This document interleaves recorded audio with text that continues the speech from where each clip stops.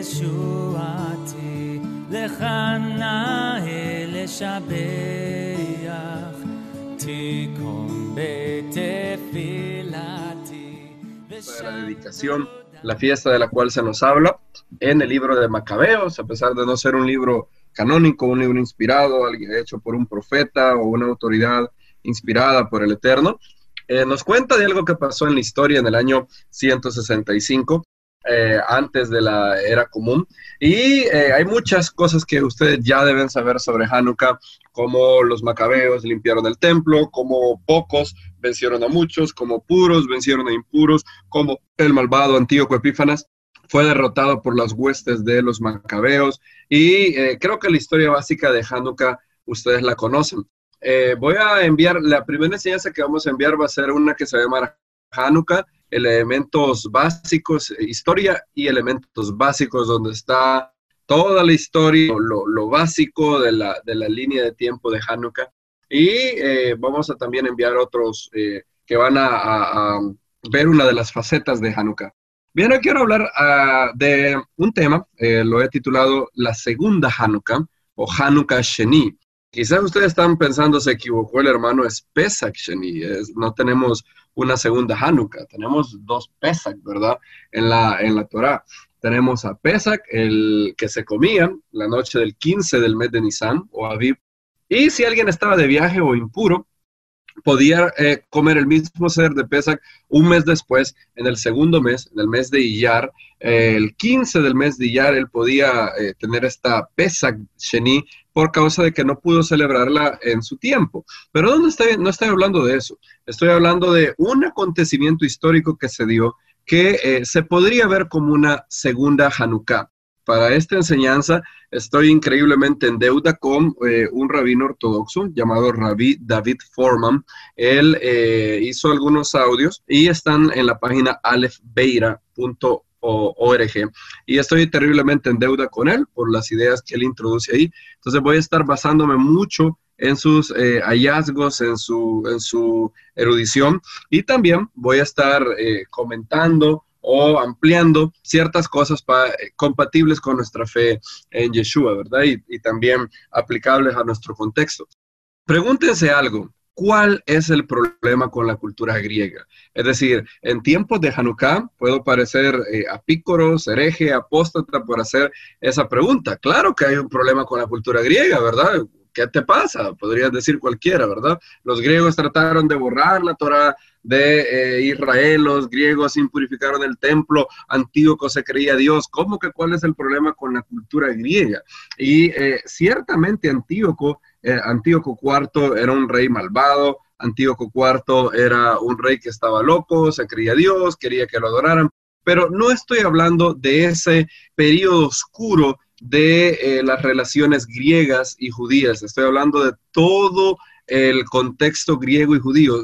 Si no hubiera sido por ese momento oscuro en donde Antíoco persiguió a el pueblo judío, los reyes griegos tuvieron excelentes relaciones con Israel, como por ejemplo Ptolomeo Filadelfo fue el que mandó a traducir todo el Tanakh, empezando con la Torá, del hebreo al griego, haciéndose la primera traducción del Tanakh. No fue auspiciada por algún rabino, por algún rey de Israel, sino por un rey griego llamado Ptolomeo Filadelfo en el año 252. Él vino y llamó rabinos y auspició que él quería tener en Alejandría una copia del Tanakh.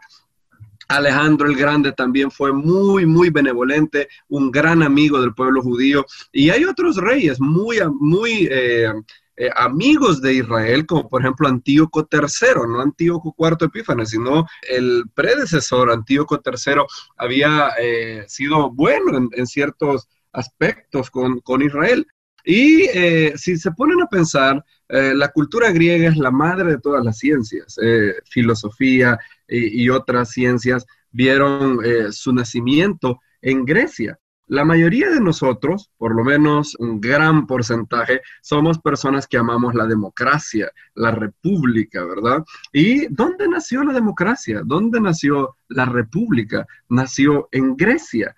Pasamos, de hecho, 9 años o más de nuestra vida, de hecho, muchos más de nuestra vida, aprendiendo cosas que se originaron en Grecia. Si bien es cierto, los árabes tuvieron muchos avances en la matemática, pero todos sabemos que en materia de matemática y filosofía, que son las dos madres de toda ciencia, fueron los griegos quienes legaron eso. Es decir, los griegos dieron un terrible aporte a la humanidad, es decir, la tecnología que hoy tenemos, automóviles, aviones y tantos adelantos tecnológicos, si vamos sacando el origen del origen del origen de las cosas, vamos a llegar a Grecia. No hay una ciencia judía, hay judíos científicos, y con la excepción de la psiquiatría, que algunos ya podrían considerar una ciencia judía porque los padres de la psiquiatría fueron judíos. Con la excepción de la psiquiatría,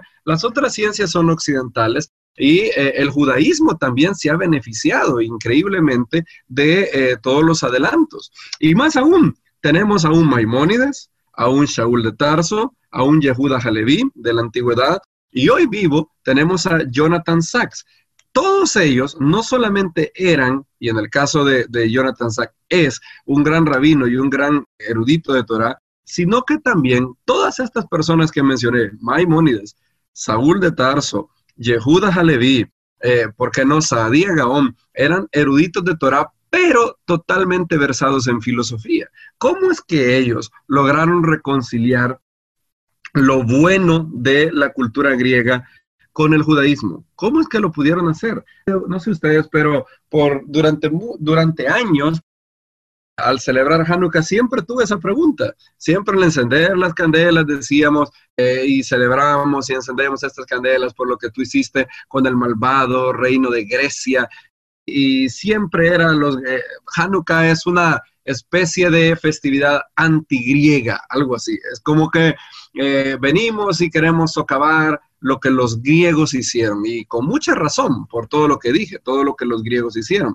Pero, ¿será posible la paz entre lo bueno de Grecia y el judaísmo? ¿Pudo haber pasado algo distinto a los eventos de Hanukkah que finalmente se dieron? ¿Habría quizás una alternativa para los eventos de Hanukkah?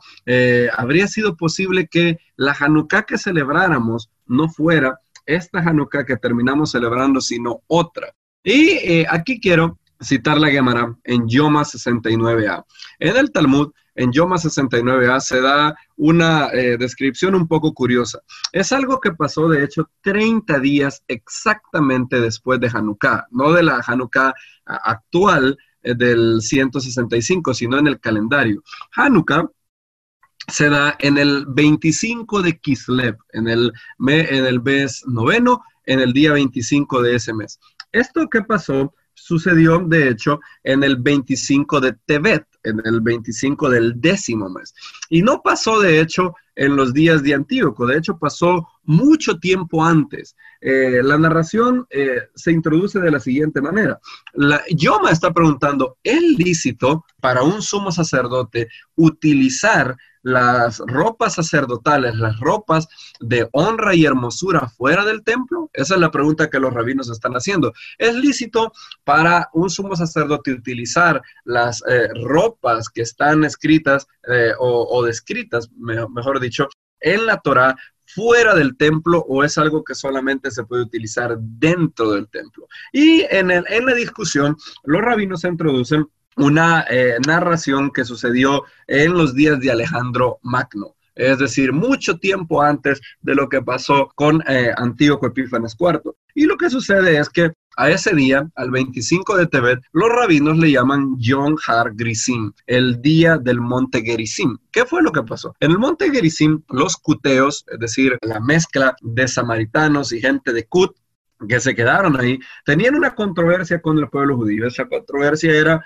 el verdadero templo del Eterno está en el monte Gerizim y no en Jerusalén, como los judíos dicen. De hecho, vemos esa controversia incluso en los días de Yeshua, cuando la samaritana le pregunta al maestro sobre dónde se debe orar, si en este monte, el monte Gerizim, o en Jerusalén, como decís vosotros. Y los cuteos y los samaritanos siempre causaban problemas al pueblo judío y eran personas de muy mala fe hacia todo lo que tenía que ver con el judaísmo. Cuando el Mesías contó la parábola del buen samaritano, no es porque todos los samaritanos eran buenos, todo lo contrario, la mayoría de samaritanos hacían travesuras muy feas. Por ejemplo, habían samaritanos, se nos cuenta en los libros de historia, que habían samaritanos que entraron un día en el templo y para impurificar la Pesach del pueblo judío, tiraron huesos de un muerto en el templo para impurificar. También ellos saboteaban todo plan que el pueblo judío tenía para declarar la luna nueva, haciendo fogatas para despistar al pueblo.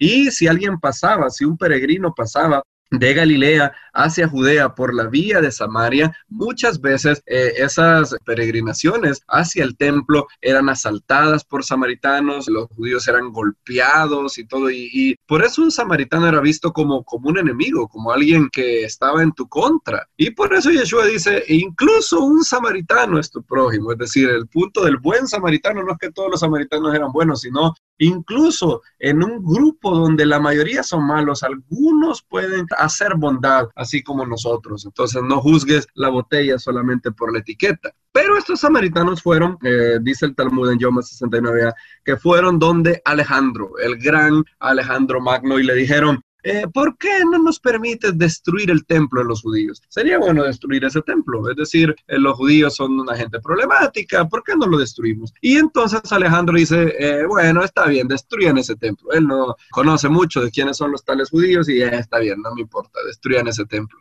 La noticia llega a Jerusalén de que Alejandro ha autorizado a los samaritanos destruir el templo, algo similar a lo que vemos en el libro de Nehemías, cuando los samaritanos como Sanbalat y otros mandaban cartas a Darío, el rey persa, para evitar la construcción del templo. Ahora ellos querían promocionar la destrucción del templo y no se sabe qué hacer. En esos días estaba en oficio un sumo sacerdote. De hecho, es el sumo sacerdote más justo, más santo de toda la época, quizá del segundo templo, por lo menos desde el año 300 antes de la era común hasta la destrucción del templo. Él se llama Shimon Hasadik, Shimon el justo. Shimon Hasadik era un hombre increíblemente íntegro, justo, piadoso. Y la Gemara nos cuenta, de hecho, en otro lugar, que durante los 40 años que Shimon Hasadik sirvió, la luz que estaba más al oriente de la menorá siempre pasaba encendida. Él encendía primero la luz que estaba más al oriente y luego encendía todas las otras, pero todas las otras luces se apagaban, mientras que esa luz que estaba más al oriente siempre permanecía encendida por el mérito de Shimon Hasadik. Un milagro se daba cada día en el templo por él y era sin duda alguna el pico de la santidad judía de la época, era Shimon Hasadik. Y Shimon Hasadik toma las ropas sacerdotales, sus ropas, las cuales la Torá las describe que eran ropas para honra y hermosura. Creo que es en Éxodo 28 donde se dice eso de las ropas de Aarón. Sí, dice 28, 1 al 2, harás llegar a ti, a Aarón tu hermano y a tus hijos consigo de entre los hijos de Israel, para que sean mis sacerdotes, a Aarón y a Nadab, a Abiú, Eleazar e Itamar, hijos de Aarón. Y harás vestiduras sagradas a Aarón tu hermano, para honra y hermosura.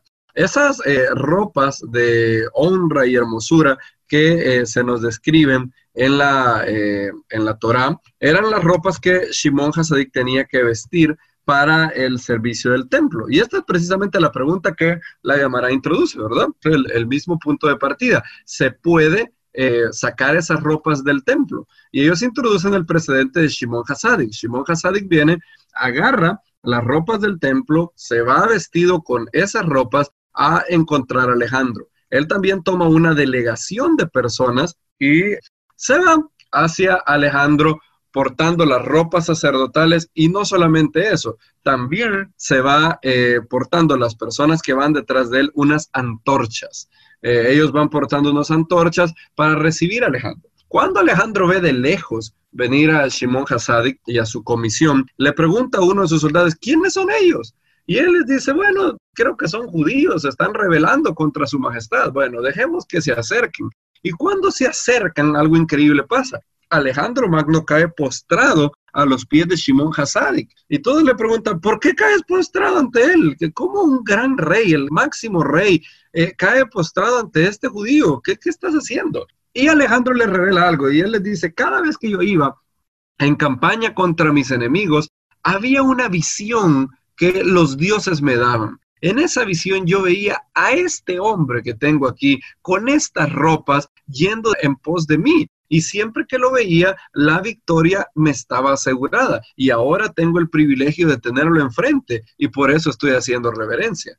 En ese momento, Shimon aprovecha la ocasión y le dice, Alejandro, ¿cómo es posible que has autorizado destruir el templo en la misma casa de Dios donde nosotros oramos por ti, Alejandro? Nosotros oramos para que tengas éxito. Nosotros oramos por ti y oramos por el reino de Grecia. ¿Cómo es posible que has autorizado la destrucción del templo judío? ¿Cómo es posible que lo hayas hecho, Alejandro? Te has dejado seducir por unos enemigos que te han traído estas noticias engañosas y ahora tú vas a aceptar y destruir el templo. No lo hagas.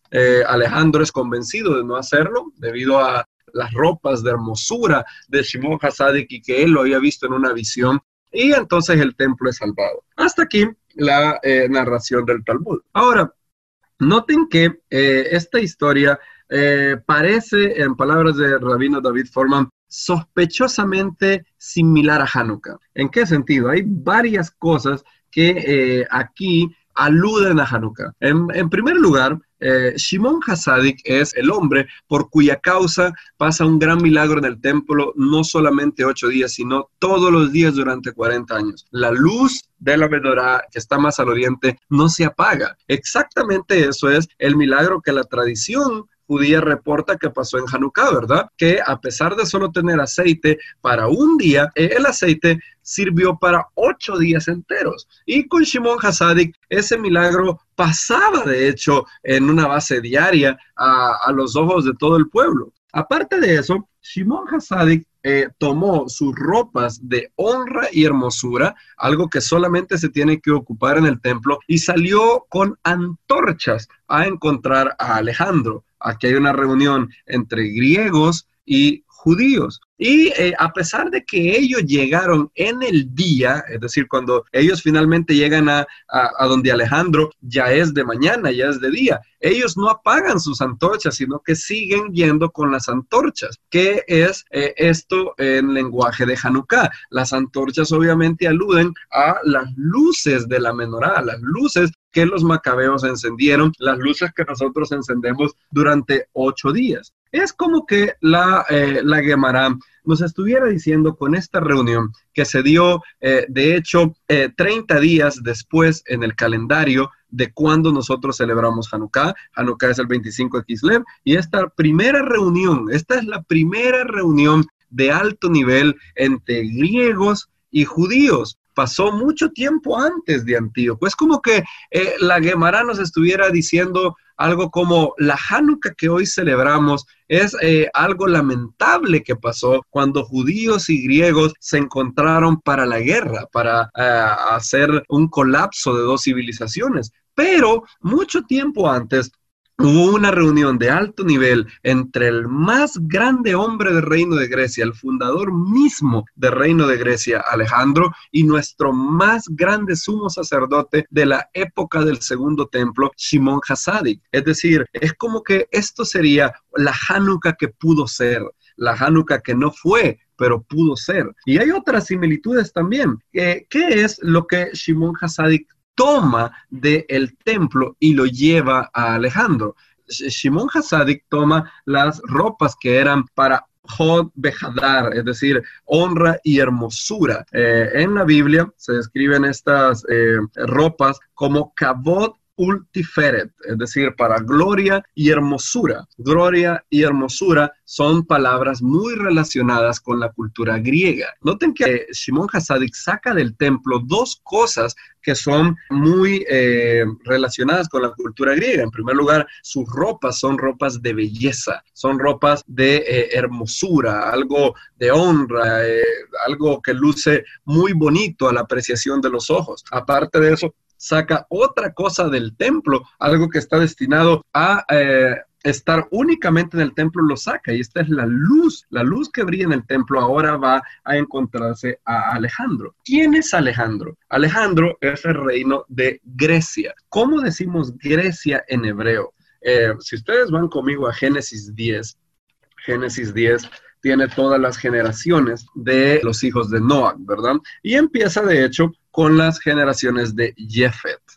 Jefet es el hijo de Noah que se nos empieza a hablar en el capítulo 10. Estas son las Toldot de los hijos de Noah, Shem, Ham, Jefet, a quienes nacieron hijos después del diluvio. Los hijos de Jefet son Gomer, Magog, Madai, Yavam. Yavam, de hecho, es la palabra para Grecia. Yavam, el hijo de Jefet, es el padre de Grecia. Si ustedes revisan todos sus sidurim, y si alguien todavía no se había percatado, Yavam es precisamente la manera en cómo se dice Grecia en hebreo. Y Yavam viene de su padre Jefet. La palabra Jefet en hebreo quiere decir hermoso o hermosura. De hecho, es la misma raíz de la palabra que tenemos en el Proverbio 31. Cuando leemos todos los días de Shabbat a nuestras esposas, en Kabbalah Shabbat, el Proverbio 31 decimos la famosa frase Sheker Hachem Behebel Hayofi. Es decir, falsa es la gracia y fugaz la hermosura. Sheker Hachem Behebel Hayofi. Yofi es la misma raíz de Jefet. Jefet significa hermosura o lo hermoso. Y todos sabemos que la cultura griega era por sobre todas las cosas una cultura que exaltaba la belleza, la hermosura. Los griegos estaban obsesionados con la belleza y lo reflejaban en la arquitectura, en la poesía, en todas y cada una de las cosas griegas o de la ciencia griegas o de la cultura griega. El tema de la hermosura, de la belleza, siempre jugaba un papel muy importante. Y en esta narración, judíos, el máximo judío, toma de la belleza que hay en el templo, la luz del templo y las vestiduras del templo, las vestiduras para belleza y hermosura, para gloria y esplendor, las toma del templo y va a encontrarse con el rey de la belleza, el rey de la cultura de la belleza. Y quizás ese es el punto de conexión entre ambos, la belleza. ¿Por qué es que es el punto de conexión entre ambos? Voy a presentar una explicación racional y la otra bíblica. En primer lugar, ¿qué pasa con nosotros cuando vemos algo hermoso? Imagínense un bello atardecer o una pintura increíble, o ustedes están en un bosque donde ven esos árboles tan increíbles y un ambiente tan fuera de este mundo. Ustedes, ¿qué pasa con cada uno de nosotros cuando vemos eso? Incluso aquellos que no somos tan de andar viendo paisajes, ni somos tan románticos, o la palabra, no sé si en Colombia lo utilizan, cursi, incluso los que no lo somos, tenemos un cierto placer en nosotros al contemplar algo hermoso. Y es algo increíble, es algo extraño, porque, es decir, cualquiera puede derivar placer de, no sé, de comerse un helado, o comerse una buena comida, porque eso tú llegas literalmente a sentirlo, es decir, llega a formar parte de tus sentidos, pero al contemplar algo hermoso, eso hermoso sigue estando afuera de ti, nunca llega a integrarse contigo, pero es algo curioso de que el solo hecho de apreciar algo bello, algo hermoso de la naturaleza, es como que te conectara con algo que está más allá de ti mismo. Lo bello tiene esa capacidad de hacerte sacar adjetivos un poco curiosos. ¿Cómo describimos cuando vemos un buen atardecer? Me recuerdo que cuando estuve en Cartagena, en la muralla, y ustedes deben saber mucho eso, cuando nos sentamos con mi esposa, mi madre y mi hija, desde la muralla, ahí como a las 5:30 o a las 6, el atardecer de Cartagena se ve hermosísimo. Es decir, yo pocas veces en mi vida, yo no soy una persona de andar viendo atardeceres y todo eso, y el hermano Isaac siempre está a las 5:30 viendo cuando el sol baja. No soy así, pero en esa ocasión había un atardecer tan bello y contemplar el océano Atlántico de enfrente de mí con el atardecer, y también a la izquierda ver la muralla y el área de Boca Grande, creo que se llama, el área de Cartagena, donde están los hoteles. Era algo increíble, es decir, es algo que sin saber cómo te causa placer. contemplar la belleza es algo que te causa placer. ¿Por qué? ¿Por qué razón? Y también en el judaísmo hay de eso. Por eso es que varios rabinos han aconsejado que cuando quieres orar salgas a bosques o salgas a un lugar donde estés con la naturaleza. Es como que la belleza te conectara con algo trascendente. El rabino David Foreman dice, el placer de apreciar la belleza es realmente el placer de conectarnos con alguien más grande que nosotros. Es decir, la belleza nos habla de algo que trasciende a nosotros mismos, algo más allá de nosotros, y nos conecta con alguien que es el creador de la belleza, Dios mismo. Por eso en el judaísmo también la belleza se aprecia. De hecho, en Hanukkah sucede algo raro. Cuando en el judaísmo se guarda un mandamiento, una mitzvah, hay una manera, digámoslo, estándar o una manera mínima de guardar un mandamiento. Por ejemplo, en Sukkot puedes comprar un etrog, ¿verdad? La sidra que se ocupa para la festividad de Sukkot es llamado etrog. Es una especie de sidra que en conjunto con mirto y el lulav y todo lo que compone los arbat haminim se mecen en la festividad de Sukkot. Y puedes comprar un etrog. Ahora, también puedes comprar un etrog muy hermoso. El problema es que te va a costar más dinero. Y cuando tú gastas más dinero, o gastas más de tus recursos para que el mandamiento sea lo más bello posible, eso en el judaísmo se le llama hidur mitzvah, es decir, embellecimiento del mandamiento. Y puedes hacer hidur mitzvah cada vez que no te conformas con hacer algo, sino que dices, no, yo quiero que esto salga lo mejor posible. Es decir, el sentimiento de embellecer el mandamiento, embellecer nuestro servicio a Dios, es algo del judaísmo. Y hay un mandamiento en todo el pueblo judío, en donde algo increíble ha pasado, en donde no hay nadie que guarde el día de hoy, y yo no conozco a nadie que lo haga, que guarde ese mandamiento únicamente con la manera mínima de guardarlo. Este es el mandamiento de las velas de Hanukkah. El mandamiento de las velas de Hanukkah es simplemente encender una vela cada noche. Eso es lo que la halajá manda, encender una vela cada noche. Pero por embellecer el mandamiento, se tomó que no se encienda solo una vela, ¿verdad? Sino que vamos poniendo una velita tras una velita, tras una velita, hasta que llegamos a un punto en donde tenemos 8 velas y todo eso. Es decir, en el judaísmo, con el paso del tiempo y muy rápidamente, es decir, muy rápidamente, el pueblo judío llegó a hacer que el mandamiento de Hanukkah fuera hidur mitzvah para todo el mundo. Hoy casi nadie guarda la costumbre original de encender una luz o encender luces por cada hijo en Hanukkah, ¿no? Y todo el mundo guarda el mandamiento en su aspecto de hidur mitzvah, en el aspecto de encender muchas luces con la Hanukkah y todo. Es el mandamiento donde Rabbi David Foreman dice, yo no estoy consciente de ningún otro mandamiento en donde hidur mitzvah se ha vuelto no la excepción, sino la norma de cómo todo el pueblo judío guarda el mandamiento. Y es que los griegos estaban obsesionados por la belleza y el judaísmo también. Es un punto de conexión entre las dos culturas. Ahora, ¿dónde está la diferencia? ¿Dónde está donde las dos culturas parten caminos y donde pueden haber problemas? Bien, hay una profecía, de hecho, que se dijo hace muchos años, de hecho la dijo Noah, y es una profecía un poco curiosa. La profecía está en Génesis 9:27. Génesis 9:27 en hebreo dice así, Yaf Elohim leyefet beyishkom beojalei Shem. Dice literalmente en hebreo, hermosee o haga hermoso Elohim a Jafet. Es la misma palabra de Jefet, así empieza. Yafte Elohim leyefet. Embellezca Elohim a Jefet y habite en las tiendas de Shem. Es algo curioso la narración de Shimon Hasadik y Alejandro Magno porque hay muchas cosas que aluden a esta profecía. Aquí tenemos al rey de Jefet, al rey Alejandro Magno, también tenemos al sumo sacerdote de Shem. ¿Y cuál es el tema y cuál es el punto de conexión? La palabra Yafte, embellezca. Hay un rey de Jefet, un sumo sacerdote de Shem, hermosura en las ropas del sumo sacerdote y también del rey de la hermosura, Alejandro Magno. ¿Y cuál es el punto de contención? la tienda de Shem, o Jalei Shem. La tienda de Shem es el Bet Hamikdash, ¿verdad? Es decir, en la reunión hay muchas alusiones a esta profecía. Es como que esta profecía en cierto grado se estuviera cumpliendo en esa reunión.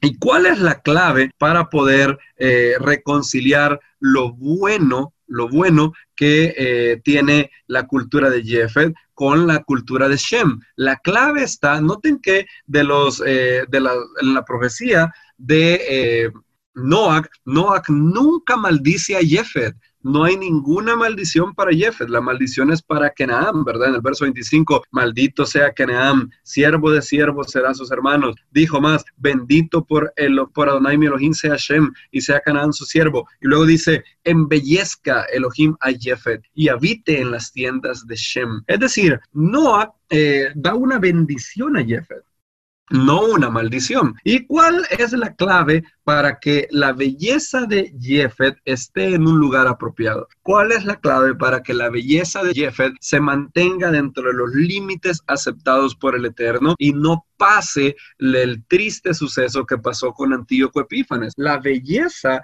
de Jefet tiene que habitar en las tiendas de Shem. Es decir, cuando todo lo que tiene que ver con lo que vino de Jefet habitan en las tiendas de Shem, no hay ningún problema esto, es de hecho el cumplimiento de esa profecía. Por eso es que cuando un gran rabino que está totalmente versado en las tiendas de Shem, viene y agarra y él es versado en filosofía y otras ramas de ciencia, sin dejar obviamente la ética y los valores y los mandamientos y la cosmovisión de la Torá. Por eso es que cuando tenemos un gran rabino que luego es versado en filosofía o es muy inteligente, ¿qué es lo que producimos? Se producen Maimónides, se producen Shaul de Tarso, quien no solamente era un gran erudito de Torá, como vimos en las enseñanzas que tuvimos en Colombia. Pablo era una persona sumamente intelectual, es decir, él tenía conocimiento de los poetas cretenses, por ejemplo, también citó en el Areópago las obras de Eratus y Epiménides y podía interactuar con el mundo griego de una manera increíble, hablándoles en su idioma, pasando por vuestros altares. Vi que ustedes adoran un Dios no conocido, en él somos y en él nos movemos, linaje suyo somos. Esas son citas de hecho de poetas griegos y él era versado en griego y podía escribir griego y él se movía de una manera tan increíble en el mundo griego sin nunca anular la tienda de Shem que había en él. Por eso es que cuando tenemos a un Jonathan Sacks, que es un gran rabino ortodoxo, pero también es un filósofo, lo que se producen son estudios de Torah de maneras increíbles. La razón, el intelecto te sirve a la hora de estudiar la Biblia, te sirve para articular mejor lo que tú piensas, te sirve para decir claramente, hasta aquí es donde creemos, esto debe entenderse así, lo de nosotros es una fe en busca de entendimiento, como dijo una persona en la Edad Media. Y es por eso que hay una posible reconciliación entre Jefet y Shem. Lo único que tiene que pasar para que esa reconciliación se dé es que la belleza de Jefet esté en las tiendas de Shem. Cuando describimos algo hermoso, los adjetivos que utilizamos es lo siguiente: esa pintura era extraordinaria, ese atardecer era fuera de este mundo, tal cosa que vimos era increíble, era maravilloso. Es decir, todos esos adjetivos, extraordinario, increíble, maravilloso, fuera de este mundo, hablan de que la belleza nos transporta y nos conecta con el creador de la belleza. Y es como que Shimon HaTzadik fuera donde Alejandro Magno de una manera intencional, llevando al rey de Jefet la belleza que hay en Shem. Es como que si él estuviera diciendo: ¿te gusta la belleza? Nosotros también tenemos la belleza. Es más, no solamente tenemos belleza, nosotros tenemos la casa de Shem, donde la belleza tiene que morar. Porque ¿qué pasa cuando la belleza pierde su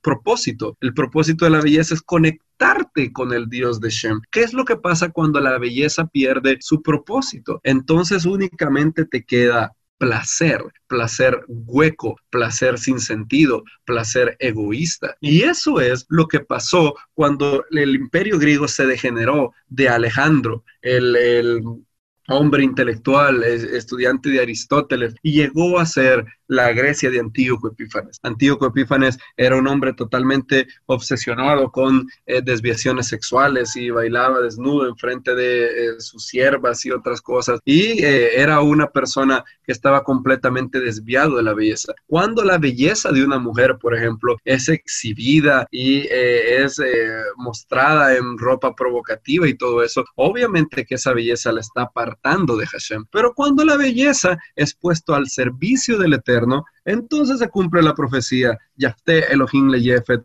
Beyishkom Beojalei Shem. Y es por eso que la inteligencia, la intelectualidad, la razón, no es algo que el Eterno quiere que dejemos. Cuando una vez oí el chiste de que cuando un creyente hace tevilá, no debe de dejar su cerebro ahí en el mikve, en el lugar donde hace su tevilá o bautismo, como se conoce. El Eterno no quiere que seamos personas que no lo adoremos ni lo amemos con nuestra mente. Nuestra mente juega un papel muy importante. De hecho, la mayoría cada vez que en la cultura hebrea se habla del corazón, el corazón en la cultura hebrea no es como entendemos corazón el día de hoy. En el siglo XXI, corazón es donde residen tus sentimientos o tus emociones, ¿verdad? Sin embargo, en la cultura hebrea es más, se concebía en la metáfora más común era que tus sentimientos residían o en tu alma o, si quieres, una parte física, tus riñones y tu hígado. Es decir, lo más romántico en la cultura hebrea de hace siglos hubiera sido decirle a una mujer, te amo con todo mi hígado, con todos mis riñones, no con todo mi corazón. La palabra corazón se relacionaba al depósito de los pensamientos, es decir, lo que hoy nosotros llamamos mente. Por eso dice que Hashem conoce los pensamientos del corazón del hombre. Y por eso Marcos 12 traduce el Shema de una manera para captar toda la esencia y la amplitud del concepto corazón en la cultura hebrea. Cuando Yeshua cita el Shema en Marcos 12, dice, y amarás al Eterno tu Dios con todo tu corazón, con toda tu alma, con toda tu mente y con todas tus fuerzas. Es decir, es un mandamiento, amar al Eterno con toda nuestra mente. De hecho, luego se nos da el mandamiento de renovaos en el espíritu de vuestra mente, ¿verdad? El campo de batalla de todo creyente está en su mente. Y es por eso que la mente es algo muy importante. Mi pueblo pereció por falta de conocimiento, dice la Escritura, ¿verdad? Y a pesar de que el problema no es lo intelectual, el problema es el intelectualismo. El problema no es la razón, es el racionalismo. Cuando hay esos ismos que llegan a enfatizar tan grande la razón en desmedro de lo espiritual, ahí es cuando la belleza de Jefet deja las tiendas de Shem. Es ahí donde ya estamos en un campo donde la mente paradójicamente nos apartó de Hashem en lugar de acercarnos. Y eso fue lo que pasó con Aristóteles. Maimónides dice, Aristóteles era un hombre brillante, era alguien increíble, Aristóteles era una mente asombrosa, pero ¿cuál es toda la disensión que Maimónides tiene con Aristóteles? Aristóteles pensaba que el mundo, el universo era eterno, no había tenido un inicio, el universo era todo lo que había sido, lo que es y lo que será, no había tenido ningún inicio, y si el universo no tiene un inicio, entonces no tiene una causa trascendente que está detrás del universo. Y Maimónides invierte páginas y páginas, casi que disculpándose con Aristóteles por diferir con él en algo, pero siendo muy firme en decir, en este punto Aristóteles fue demasiado lejos. En este punto es donde el judaísmo se aparta de las grandes enseñanzas o de las grandes verdades que Aristóteles dejó al mundo, porque la fe judía consiste en creer lo que dice Génesis 1:1, Bereshit bara Elohim et hashamayim ve'et haaretz. En el inicio, en el principio, Elohim creó los cielos y la tierra. Y cuando la belleza de Jefet es circunscrita en las tiendas de Shem, lo que hace es que se cumpla esa profecía de Noah. El mundo griego ha dado grandes bendiciones a la humanidad. Por eso es que la bendición de Noah fue embellezca Elohim a Jefet. Y cuando vemos tantos adelantos tecnológicos, cuando vemos todo lo que la tecnología, la ciencia, la razón ha dado, claro que hay mucho mucho de la cultura griega por la cual agradecer hasta el momento, hasta el día de hoy, sin un Sanedrín en Israel, sin un rey Mesías gobernando a todas las naciones, lo mejorcito que tiene el mundo es la república, la democracia, es el mejor sistema de gobierno que tenemos, con todas sus virtudes, con todos sus errores. Como dijo un hombre, yo sé todos y cada uno de los errores de la democracia y tiene muchos errores, pero aún así moriría para defenderla. Y son grandes las cosas que la cultura griega o la civilización griega le legaron a todo el mundo. Y la Biblia no llama a negar todo eso, sino a tenerlo dentro de las tiendas de Jefet. Por eso cuando alguien se instruye en aras de Hashem, en aras de poder enseñar a otros a articular mejor su fe, es una gran bendición y se generan